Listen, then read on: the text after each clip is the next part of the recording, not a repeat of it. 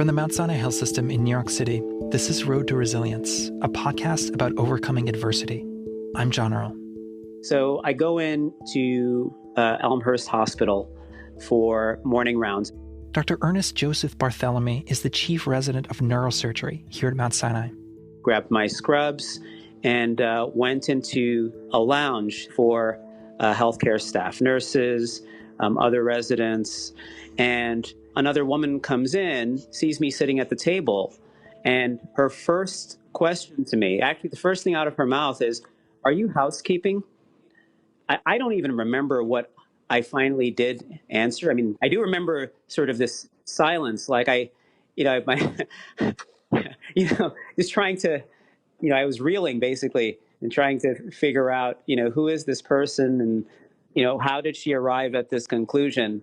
As a Black man in this healthcare environment, I'd like to not see it through the prism of race and racism. But episodes like that make it so much more challenging. I asked myself, what does it take to prove to these people that I am who I am? Dr. Barthelemy says it happens at least once a week, and sometimes every week. He'll be talking to a patient, and at the end of the conversation, the patient will go, "Can I speak to the doctor now?" Sometimes other healthcare workers will just assume he's somebody else, anybody else, except a doctor. It got to the point where recently he went on Amazon and he bought himself a name tag. It says physician. So I thought, well, maybe this will help. Maybe they'll take time to, look at it, read it, and recognize that, oh, this is a physician. And I have seen people sort of studying it, and I'm left kind of thinking to myself, what's the process they're going through to connect what they're reading with who they're looking at? No amount of achievement exempts a person of color from experiencing racism. But that's the obvious point here. The more subtle and important one is this. This is about so much more than the minority of white Americans who are openly racist. This is actually about a truly systematic, structural racism that if you are not actively taking on the transformation of the system, you end up participating in the perpetuation of the racism. So in some ways, it's as bad or even worse than being openly racist, because it's sort of being okay with life being more difficult for the people who suffer from racism. Systemic racism explains why Black and brown people have suffered disproportionately during the pandemic. And it's the subject of my conversation today with Dr. Lynne Richardson. In addition to being a practicing emergency medicine physician, she's a renowned researcher on healthcare inequity. In May, she was named co-chair of Mount Sinai's new Institute for Health Equity Research. In our conversation, she talks about why people of color so often get the short end of the stick when it comes to healthcare, and what we can do about it. She also shares some of her own experiences with racism, and reflects on how rewriting society's expectations for her script, as she calls it, has helped her to become the leader she is today. Dr. Richardson, welcome to Road to Resilience. I'm so glad to have you on the program. Glad to be here, John. I want to begin with a statistic that I read yesterday. According to the Brookings Institute, the age-adjusted COVID-19 death rate for Black Americans is 3.6 times the rate for white Americans. What goes through your head when you hear that number? Well, obviously, the emerging data is very disturbing. In some ways, I guess it is not surprising. What we have is the COVID-19 pandemic layered on top of long-standing inequities in health and healthcare that have plagued vulnerable communities for a long time. And so I think what we're seeing is the accumulation of a new, very destructive virus and long-standing inequities in our health and healthcare systems. For someone who's been studying racial and ethnic disparities in health for a long, long time, did COVID teach you anything? I don't know that it taught me anything. I think, though, it has uncovered in a way that is now very public and very troubling to large numbers of people, just how deep-rooted the inequities in our society really are. The differences in COVID outcomes mirror exactly differences in health outcomes from diabetes, from hypertension, from heart disease, from kidney disease. And they really are due to underlying inequities in education and housing and employment and the effects of racism and discrimination in our society. I want to back up a little bit and just give listeners a sense of the scope of your work. I was really kind of stunned by the number of different things you've studied and the number of different ways you've looked at this question of disparity in healthcare. So just to give some examples, you've studied disparities in biomedical research. You've studied how likely people of color are to receive certain procedures. You've studied the interplay between the many factors that produce both worse access and worse outcomes. Where does your passion for this subject come from? I'm sure that my experience, my lived experience as a Black woman born in Harlem, growing up in America, certainly has informed the things that I'm passionate about studying. And I went into medicine because I wanted to help my community. And then I think I realized that while there are some very powerful encounters that I have one-on-one with patients as a physician, the larger problems really need to be addressed, and all of the things that affect patients' health before they land in the emergency department. And so my research is really focused on issues of disparities and equity. So I guess I'm wondering if you can point to kind of specific experiences that you feel propelled you along your path. Yeah, well, my desire to become a physician goes back to when I was quite young. I did not get a lot of encouragement outside of my immediate family. I remember the first time I told my family physician that I wanted to be a doctor, and he said, "Don't be ridiculous, you'll get married and have children." But my parents were very supportive and told me that I could do anything I wanted to do if I was willing to work hard enough. And even though that's not actually true, believing it, I think, helped me to overcome the obstacles that were put in my path. Can you tell us about one of the obstacles that you encountered and how you reacted, or maybe even how you wish you'd reacted? One very vivid memory I have from when I was a college student, in fact, I was a freshman at MIT, and I think we were maybe a month before the end of the semester, and I had only taken one of the 10 modules in this self-paced physics course, and the teaching assistant had called me in and said, "Look, I see that you've only passed one exam, and I'm sure there isn't time for you to complete this. It's really not your fault. It's really unfair. They bring you kids in here, and you're not really prepared for the kind of work that is expected here at MIT." And I think he thought he was being kind. Now, the only reason I had not taken any more of the self-paced exams was because I had been enjoying being a freshman and on campus and having a good time. It was not that I could not do the work, but I had not done the work. And I was sitting there thinking that what I had done now had confirmed this well-meaning TA's, and he was a white man, his belief that I could not do the work. And so he asked me if I wanted to drop the course. I told him I did not. I went back to my room. I started reading the exams. I took all of them. I passed the course. But it taught me that when I don't perform, people believe it's because I cannot perform. They don't assume that I'm, not being diligent or whatever. It's that I cannot. So there are many, many, instances like that. There are microaggressions all the time, even now. And this is, I think, something that finally there is an emerging understanding on the part of white people in this country of what that lived experience is like. for Black individuals. You feel a sense of progress? I hope this is a pivotal moment. I hope that the combination of the COVID pandemic and the very stark disparities in who was getting sick and who was dying, then followed by the murder of George Floyd by a white police officer that we all saw a video of on the evening news, that perhaps this culmination of events really is going to lead to sustained change. I want to bring it back to healthcare and ask a question that maybe even has an edge of naivete to it.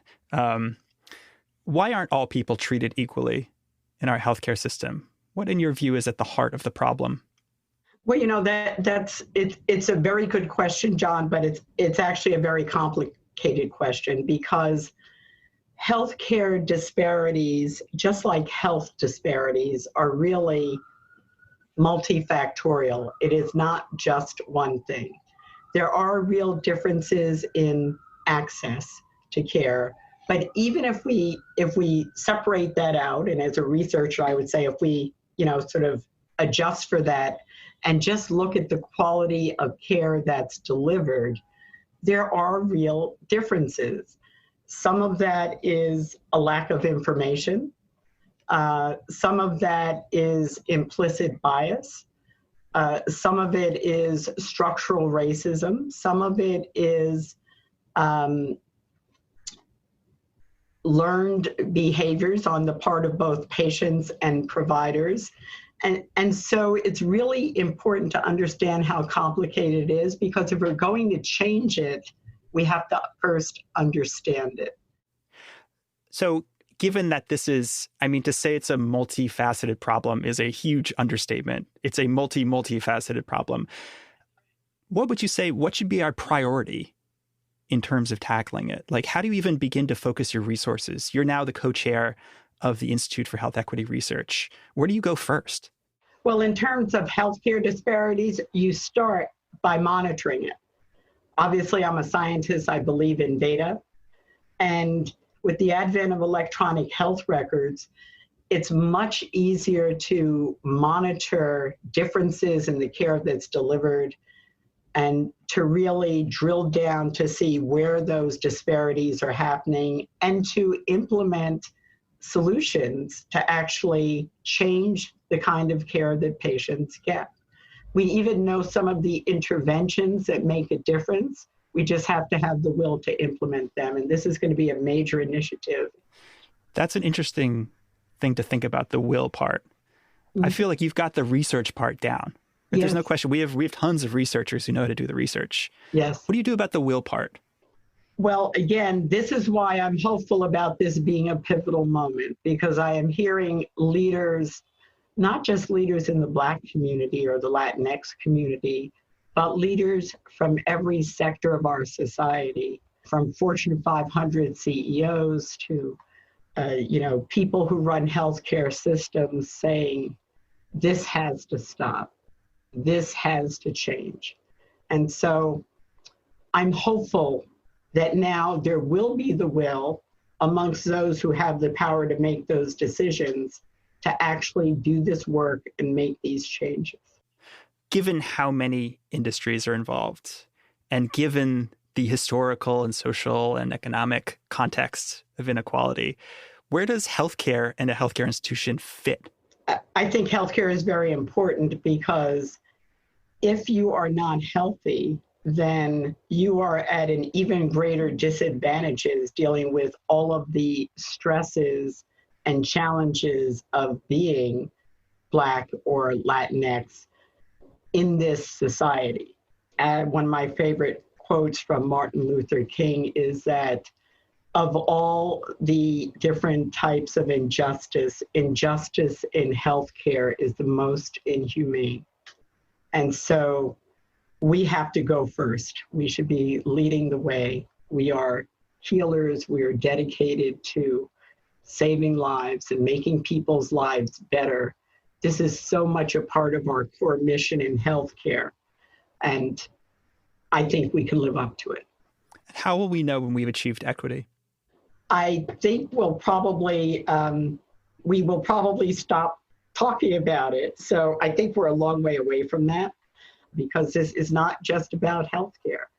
It is about all of the things that you need to sustain health. It's about having nutritious food and a safe place to live, and safe places for children to play and adults to exercise, and living in housing that doesn't have toxins, and breathing air that's not polluted.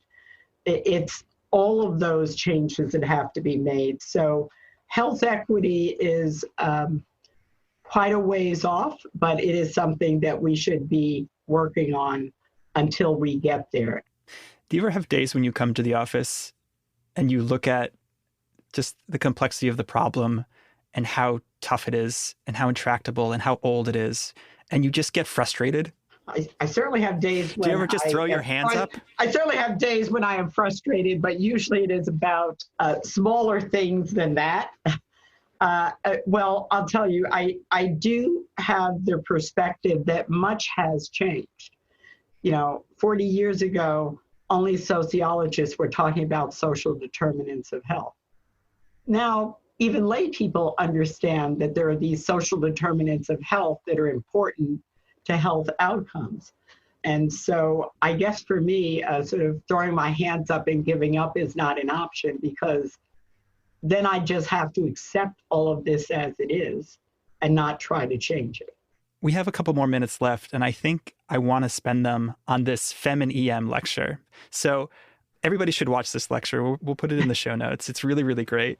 And you talk about some of the qualities that great leaders have. You talk about taking responsibility for yourself, committing to core principles, and you talk about acknowledging the role of luck. And I don't want to ask you to reprise the whole lecture. We don't have time for it. It was a few years ago now. But I'm wondering if there's one of those that you've been thinking about recently, and if you could talk about how it's played a role in your life and your thinking. Well, again, I think one of the things I talk a lot about with young people, and something that I think really made a difference in my own life, is this idea of taking responsibility for yourself.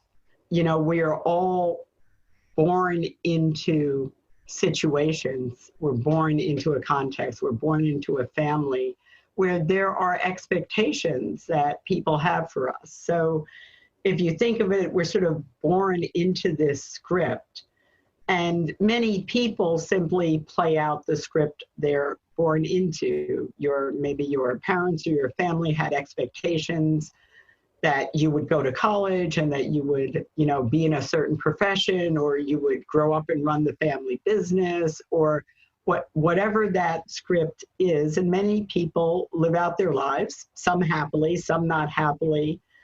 But I think for those of us who realize that we do not have to live out the script that we were born into, that we can decide that we are going to write our own script. And that is both incredibly freeing and really scary, because it means that I'm responsible for what happens to me. I'm responsible for the choices I make. I can't blame someone else if things don't work out, because I really have been, steering this ship myself. But I think once you start assuming responsibility for yourself, that's when everything becomes possible, and you don't have to accept the limitations that other people may try to place on you. You don't have to be limited by the expectations of others. And learning to write your own script is, I think, one of the most important ways to remain resilient. Because if you're in a situation where you're unhappy and things are not working out, leave it, change it, rewrite it. You can take that story in another direction. You're only trapped if you allow yourself to be trapped. And once you get that knack of writing your own script, then the sky's the limit, and it's only your imagination and your hard work and determination that will limit how far you can go. But you do have to believe it, and you have to take responsibility for it. Do you feel like at this point in your life, in your career, that you're still rewriting the script that you were given as a child? Oh, for sure. I mean, I think it's, from time to time I start on a new chapter. I think the newly formed Institute for Health Equity Research is a new chapter where now I get to do the work that I'm passionate about from a different and really powerful platform. So, yeah, I mean, the story goes on. There's always another chapter. You turn the page, and what's next? This has been such a pleasure, Dr. Richardson. Thank you so much for being on the podcast. All right. Thank you, guys. Dr. Lynne Richardson is a professor of emergency medicine and population health science and policy at the Icahn School of Medicine at Mount Sinai. She also serves as vice chair for academic, research, and community programs. To learn more about the Institute for Health Equity Research and to access anti-racism resources, check out the links in the show notes. Road to Resilience is a production of the Mount Sinai Health System in New York City. It's made by Katie Ullman, Nikki Hudson, and me, John Earl. Lucia Lee is our executive producer. If you enjoyed this episode, please leave us a rating and a review on Apple Podcasts. It helps other people find the show, and it makes us feel good. Thanks. We'll be back soon with more episodes, and until then, stay safe and be well.